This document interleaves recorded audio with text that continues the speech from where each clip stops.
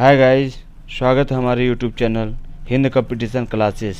आज मैंने आपके लिए भारत का जो भूगोल है, ठीक है, जो एक परिचय के रूप में बहुत ही इम्पोर्टेंट क्वेश्चन लेकर के आए हैं, जो आपके आगामी एग्जाम के लिए बहुत ही इम्पोर्टेंट होगा, ठीक है। और आप इसको शेयर करना मत भूलिए, ठीक है, सब्सक्राइब और लाइक कीजिए।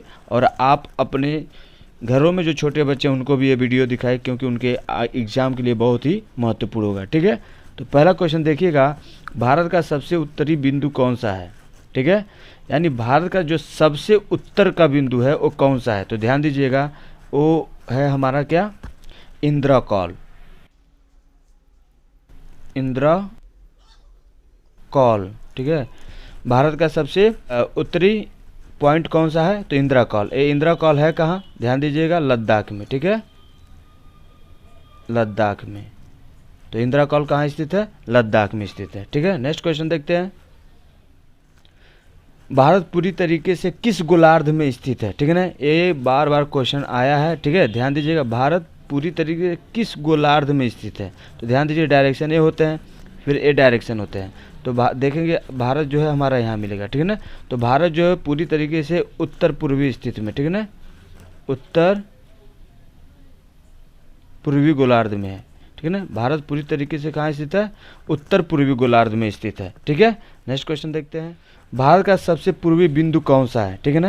ये ध्यान दीजिएगा, बहुत इंपॉर्टेंट आपके लिए, भारत का सबसे पूर्वी बिंदु कौन सा है, ठीक है। तो लिख लीजिए कीबीथू, कीबीथू, यह भारत का सबसे पूर्वी बिंदु है, ठीक है, जो कहाँ है, अरुणाचल प्रदेश में, ठीक है,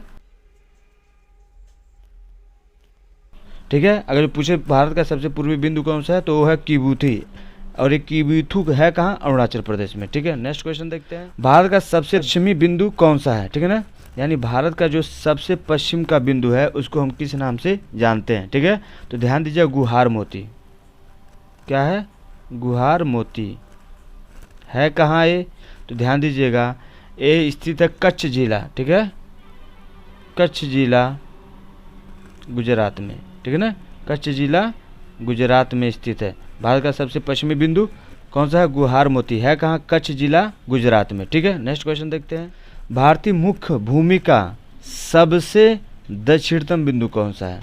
भारतीय मुख्य भूमि का, ठीक है ना, यानी यहाँ पूछा क्या, मुख्य भूमि का, तो सबसे दक्षिणतम बिंदु कौन सा है, तो हो जाएगा Cape Comorin, Cape Comorin, Cape Comorin. ये है कहाँ, कन्याकुमारी,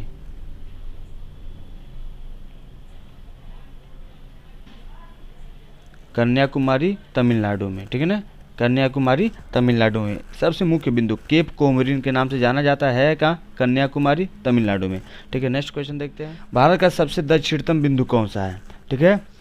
ये बार बार एक क्वेश्चन एग्जाम में आए हुए हैं, इसलिए आप इसको इग्नोर मत कीजिएगा, जानिएगा, रटिएगा, ठीक है ना। भारत का सबसे दक्षिणतम बिंदु का नाम है इंदिरा पॉइंट, ठीक है, इंदिरा पॉइंट, इंदिरा पॉइंट भारत का सबसे क्या है, दक्षिणतम बिंदु है, इंदिरा पॉइंट, ठीक है। ध्यान दिए, यह है कहाँ, इसको एक और नाम से जानते हैं जिसको पिगमेलियन पॉइंट, ठीक है ना। भारत का सबसे दक्षिणतम बिंदु इंदिरा पॉइंट या पिगमेलियन पॉइंट के नाम से जाना जाता है, जो कहाँ स्थित है, ग्रेट निकोबार में, कहाँ स्थित है, ग्रेट निकोबार में, ग्रेट निकोबार में स्थित है, ठीक है।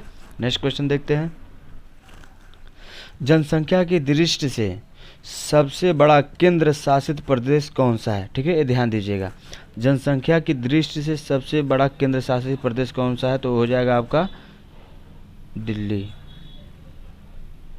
ठीक है, दिल्ली। नेक्स्ट क्वेश्चन देखते हैं, जनसंख्या की दृष्टि से सबसे छोटा केंद्र शासित प्रदेश कौन सा है, यानी ध्यान दीजिए, केंद्र शासित प्रदेश कौन सा है, तो आपका हो जाएगा लक्षद्वीप,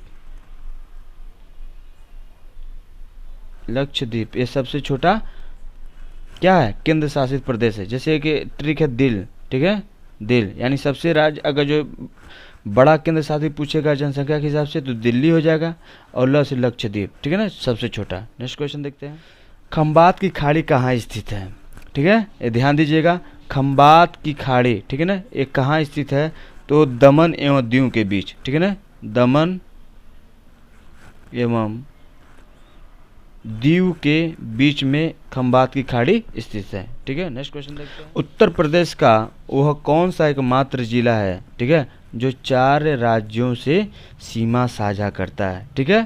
तो उत्तर प्रदेश का एकमात्र जिला जो 4 राज्यों से सीमा साझा करता है उसका नाम है सोनभद्र। सोनभद्र। वो 4 राज्य कौन कौन है तो ध्यान दीजिएगा, छत्तीसगढ़, मध्य प्रदेश, बिहार और एक और बचा झारखंड। ये 4 राज्यों हैं जिनसे उत्तर प्रदेश एकमात्र जिला सीमा साझा करता है। कौन है? छत्तीसगढ़ है, मध्य प्रदेश है, बिहार है और झारखंड है। नेक्स्ट क्वेश्चन देखते हैं। भारतीय मानक समय सीमा ग्रीनविच समय से, ठीक है ना, भारतीय मानक समय सीमा ग्रीनविच समय से कितना घंटा आगे रहता है, ठीक है ना, ये भी ध्यान दीजिएगा, बहुत इंपॉर्टेंट है। तो आंसर हो जाएगा 5 घंटा 30 मिनट, यानी ग्रीनविच सीमा से समय से कितना घंटा आगे रहता है तो 5 घंटा 30 मिनट, ठीक है। नेक्स्ट क्वेश्चन देखते हैं। देश की सबसे पूर्वी व सबसे पश्चिमी देशांतर रेखाओं के मध्य कितने डिग्री का अंतर होता है या कितने अंश का अंतर होता है, तो ध्यान दीजिएगा 30, ठीक है, 30 डिग्री का, यानी कि पूर्वी व पश्चिमी देशांतर रेखाओं के मध्य की जो डिग्री है वो कितनी है, 30 डिग्री, ठीक है। नेक्स्ट क्वेश्चन देखते हैं। सुदूर पूर्वी व पश्चिमी भागों के समय में लगभग कितने घंटे का अंतराल होता है, यानी पूरब से लेकर पश्चिम तक की जो दूरी है वो कितने घंटे की है, ठीक है ना, यानी कितने घंटे का अंतराल होता है, तो आपका हो जाएगा 2 घंटे का, ठीक है, 2 घंटे का अंतराल होता है पूर्व और पश्चिम के बीच, ठीक है। नेक्स्ट क्वेश्चन देखते हैं। भारत में कितने राज्य तथा केंद्र शासित प्रदेशों की सीमाएं समुद्री तट से लगती हैं? भारत में कितने ऐसे यूनियन टेरिटरी एंड स्टेट है जो कोस्टल एरिया से क्या अपनी सीमा साझा करती हैं, ठीक है। तो ध्यान दीजिएगा, 9 राज्य व 4 यूटी जिसको हम केंद्र शासित प्रदेश कहते हैं, ठीक है ना। तो भारत में कितने ऐसे कोस्टल एरिया हैं जो सीमाओं से समुद्री सीमा से लगते हैं, तो 9 राज्य हो जाएंगे और 4 यूनियन टेरी यानी केंद्र शासित प्रदेश, ठीक है। नेक्स्ट क्वेश्चन देखते हैं। सबसे लंबी समुद्री तट रेखा वाला राज्य कौन सा है, ठीक है ना, यानी सबसे लंबा कोस्टल एरिया किस राज्य का है, तो हो जाएगा आपका आंसर गुजरात का। सबसे छोटी समुद्री तट रेखा वाला राज्य कौन सा है, यानी कि कोस्टल एरिया वाला, तो आंसर हो जाएगा गोवा, ठीक है, गोवा सबसे कम कोस्टल एरिया वाला राज्य है, ठीक है। नेक्स्ट क्वेश्चन देखते हैं। कितने राज्य एवं केंद्र शासित प्रदेश जो स्थल रूढ़ है यानी लैंड लॉक्ड कंट्री स्टेट है जिनका किसी समुद्री से इसका सीमा साझा नहीं होता, ठीक है ना, वो कितने राज्य और केंद्र शासित प्रदेश हैं, तो ध्यान दीजिएगा 19 राज्य हैं, ठीक है, यानी 19 स्टेट यानी कि राज्य हैं और यूनियन टेरिटरी यानी केंद्र शासित प्रदेश, ठीक है ना, वो हो जाएंगे आपके 4 केंद्र शासित प्रदेश, ठीक है ना, यानी केंद्र 4 यूटी यानी कि 19 ऐसे राज्य हैं जो स्थलरुद्ध हैं और 4 यूटी है, ठीक है। नेक्स्ट क्वेश्चन देखते हैं। क्षेत्रफल की दृष्टि से भारत का सबसे बड़ा राज्य कौन सा है, ठीक है, ये तो मान लीजिए ऐसे भी क्वेश्चन बन जाते जो मिलान करने के लिए, तो पहले पाया जाएगा राजस्थान, ठीक है, राजस्थान, और इन सब चीज़ों के बारे में हमने पिछले वाले वीडियो में दिया, उसमें भी आप जाकर के उसको अध्ययन कर सकते हैं, ठीक है। क्षेत्रफल की दृष्टि से सबसे छोटा राज्य कौन सा है, ठीक है ना, यानी क्षेत्रफल की दृष्टि से सबसे छोटा राज्य कौन सा है, क्षेत्रफल पूछा है, ठीक है ना, जनसंख्या नहीं पूछा है, तो आंसर हो जाएगा गोवा, ठीक है ना, गोवा ये क्षेत्रफल की दृष्टि से सबसे छोटा राज्य है। नेक्स्ट क्वेश्चन देखते हैं। कौन सा केंद्र शासित प्रदेश है जो 3 राज्यों से सीमा साझा करता है, ठीक है ना, वह भारत का एकमात्र कौन सा यूटी है यानी यूनियन टेरिटरी केंद्र शासित प्रदेश जो 3 राज्यों में अपनी सीमा यानी उसकी बाउंड्री लगती है, ठीक है, तो उसका नाम है आपका, लिख लीजिएगा पुडुचेरी, ठीक है ना, पुडुचेरी। पुडुचेरी एकमात्र ऐसा केंद्र शासित प्रदेश है जो 3 राज्यों से सीमा साझा करता है। वो कौन कौन से हैं, ध्यान दीजिएगा। पहला है आंध्र प्रदेश, ठीक है। दूसरा है आपका तमिलनाडु, ठीक है, दूसरा है तमिलनाडु। और जो तीसरा है वो है केरल, ठीक है, केरल। यानी पुडुचेरी एकमात्र ऐसा यूनियन टेरिटरी है जो 3 राज्यों से सीमा साझा करता है। पहला पे है आंध्र प्रदेश, दूसरा पे तमिलनाडु, तीसरा पे केरला, ठीक है। नेक्स्ट क्वेश्चन देखते हैं। कितने भारतीय प्रदेशों से होकर कर्क रेखा गुजरती है? एक कई बार एक क्वेश्चन रिपीटेड क्वेश्चन है, आप ध्यान दीजिएगा, इग्नोर मत कीजिएगा, ये हमेशा एग्जाम में पूछे जाते हैं। यानी कितने भारतीय प्रदेश ऐसे हैं जहाँ से कर्क रेखा होकर के गुजरती है? आंसर हो जाएगा आपका 8, ठीक है ना। 8 स्टेटों से होकर के, ठीक है ना, स्टेट से होकर यानी राज्यों से होकर के कर्क रेखा गुजरती है 8, ठीक है ना, ध्यान दीजिएगा।